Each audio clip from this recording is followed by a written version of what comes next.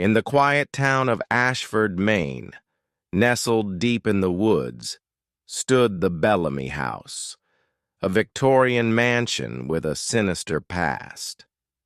For over a century, locals whispered about the strange occurrences within its walls. Some claimed they saw candlelight flickering in the windows at night, even though the house had been abandoned for decades. Others swore they heard distant screams carried on the wind. But the most chilling tale came from the only man who ever tried to restore it. The beginning of the nightmare. In 1986, Daniel Whitmore, a retired school teacher with a passion for historic renovations, purchased the Bellamy House for a suspiciously low price. He had heard the rumors but dismissed them as mere superstition. "Every old house has a few ghost stories," he had joked to the real estate agent. Determined to restore the mansion to its former glory, Daniel moved in alone, planning to renovate one room at a time. The first few nights were peaceful, but then the disturbances began. It started with footsteps in the halls at night, slow, deliberate steps echoing through the empty house. Daniel assumed it was the old wooden floors settling. Then came the whispers, faint but unmistakable, drifting through the corridors when no one was there. One night, as he lay in bed, he heard something far more terrifying. A voice, deep, guttural, whispered right against his ear. "Get out!" Daniel bolted upright, heart pounding. He searched every corner of the house, but no one was there. He told himself he was imagining things, but deep down he knew something was watching him. The shadow in the hallway. Determined not to be scared away, Daniel pressed on with the renovations. One afternoon, while peeling wallpaper in the upstairs hallway, he uncovered something horrifying. Words scrawled in what looked like dried blood. "She never left." As he stared in shock, a chill ran down his spine. He suddenly felt as though someone was behind him, breathing down his neck. Spinning around, he saw a shadowy figure at the end of the hall. It was the shape of a woman, unnaturally tall, her head tilted as though studying him. The figure did not move, did not speak. It just watched. Daniel froze in terror. As he reached for the flashlight on his tool belt, the shadow flickered and vanished. That night, Daniel barely slept. Every time he closed his eyes, he felt a presence looming over him. The trapped woman. Determined to uncover the truth, Daniel visited the town's archives. What he found was more horrifying than he could have imagined. In 1903, the Bellamy family had lived in the mansion. Henry Bellamy, his wife Eleanor, and their young daughter Abigail. Henry was a respected businessman, but rumors swirled that he was a violent man behind. In 1994, Michael and Sarah Bennett bought an old farmhouse in rural Pennsylvania, looking for a quiet place to raise their young son, Jacob. The house had been abandoned for years, but despite its peeling wallpaper and creaky floors, it had charm. The price was unbelievably low, and the couple eagerly moved in, excited to start fresh. They had no idea the house had been waiting for them. The first signs. The first strange occurrence happened just 2 days after they moved in.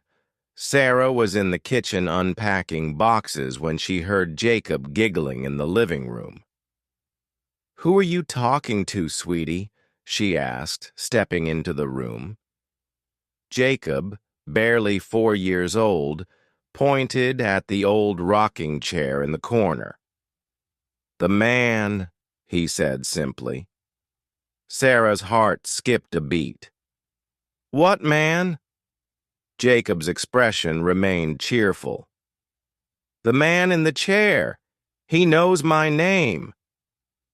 Sarah laughed nervously, brushing it off as imaginary friend nonsense. But that night, when she went to lock up before bed, she noticed the rocking chair swaying gently, back and forth, though there was no breeze. The house whispers. Over the next few weeks, the strangeness continued. Objects moved from their original places. The faucets turned on by themselves. But it was the whispers that unnerved Sarah the most. They started softly, just faint murmurs at night when she was alone. She couldn't make out words, only the sound of someone speaking. Michael, ever the skeptic, dismissed it as an old house settling. But one evening, as Sarah stood in front of the bathroom mirror brushing her hair, she heard it clearly, a low voice, right behind her. "Sarah!" She spun around, heart hammering. The bathroom was empty. Michael's experience. Michael, always rational, had a hard time believing the stories, until the night he experienced it himself. He was in the basement repairing an old fuse box when he heard someone call his name. At first, he thought it was Sarah. "Michael, help me." It was a woman's voice, desperate and pleading. He turned toward the sound, flashlight shaking in his grip. The voice came again, this time from the dark corner of the basement. "Please help me." Michael stepped closer, sweeping his flashlight over the stone walls. Then he saw it, a section of the wall where the bricks didn't match. They were newer, unevenly placed, as if someone had hastily sealed off part of the basement. A horrible realization hit him. Someone had been trapped there. The hidden room. The next day, Michael and Sarah called a contractor to examine the wall. After some hesitation, he agreed to break it open.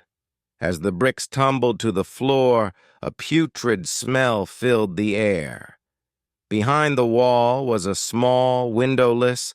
In the summer of 2002, Mark and Emily Lawson bought a small, secluded cabin deep in the Oregon woods.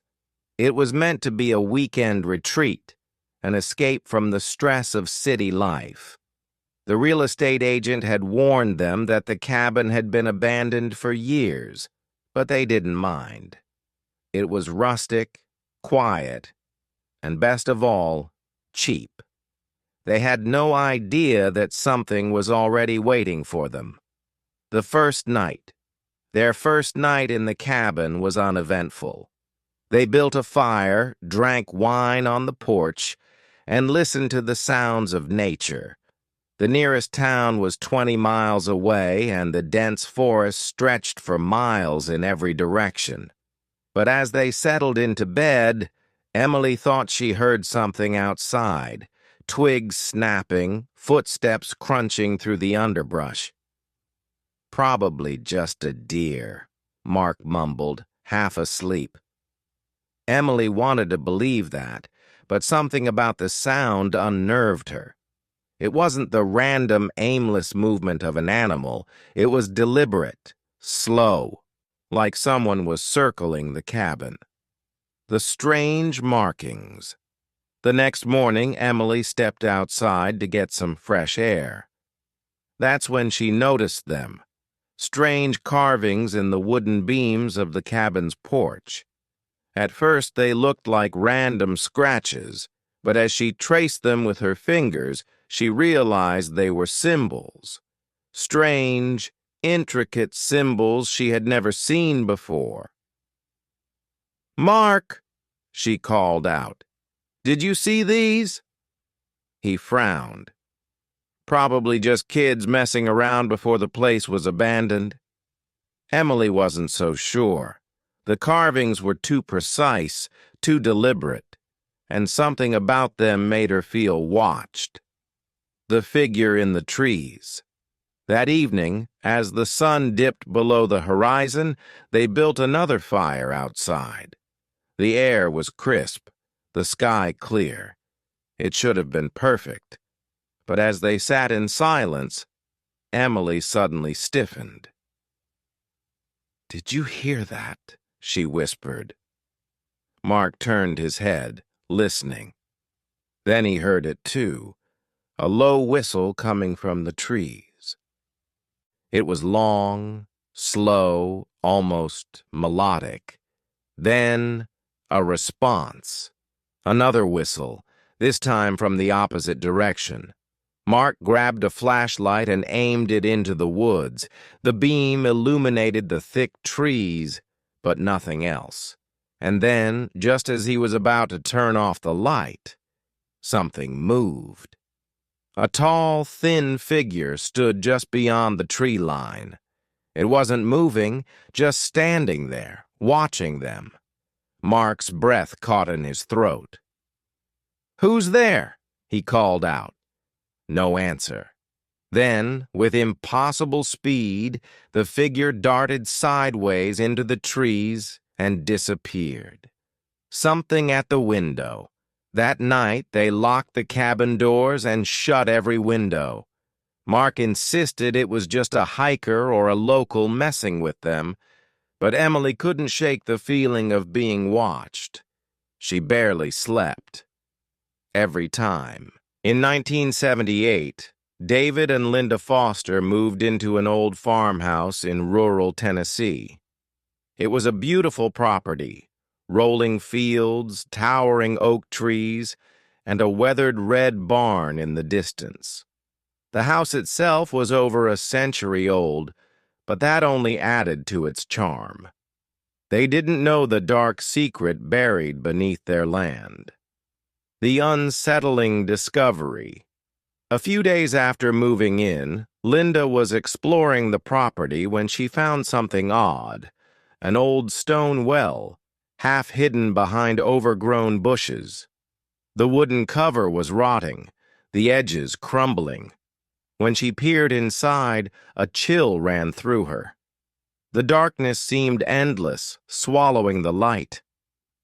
She called for David, and together, they dropped a rock down to see how deep it was. They never heard it hit the bottom. That night, Linda had nightmares. In them, she was standing beside the well, staring down into its depths. But instead of her own reflection in the water, she saw a woman's face, pale and gaunt, staring back at her. Then, the woman screamed.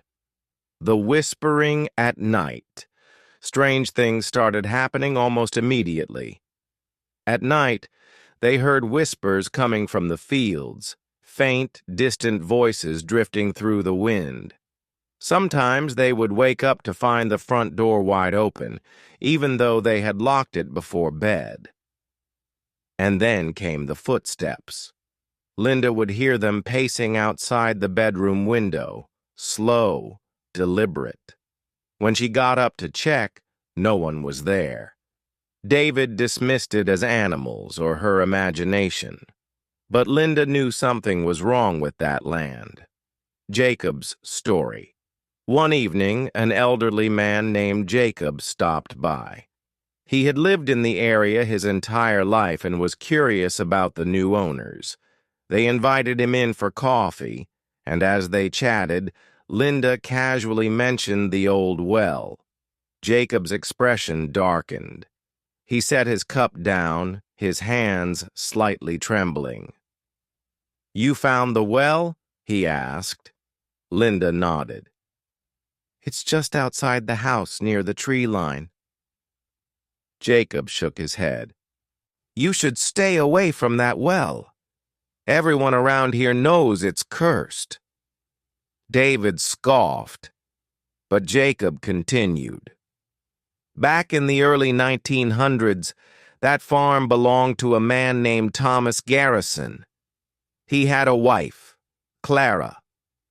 She was a sweet woman, loved by everyone in town. But Thomas, he wasn't a kind man. Jacob leaned in, lowering his voice. One night, Clara disappeared. Thomas told folks she ran off, but no one believed him. Some said they heard screaming from the farm that night. Others said they saw Thomas digging behind the barn. Linda's breath caught in her throat. "The well," she whispered. Jacob nodded grimly. People suspected he threw her down that well, but back then the sheriff didn't ask too many questions. They let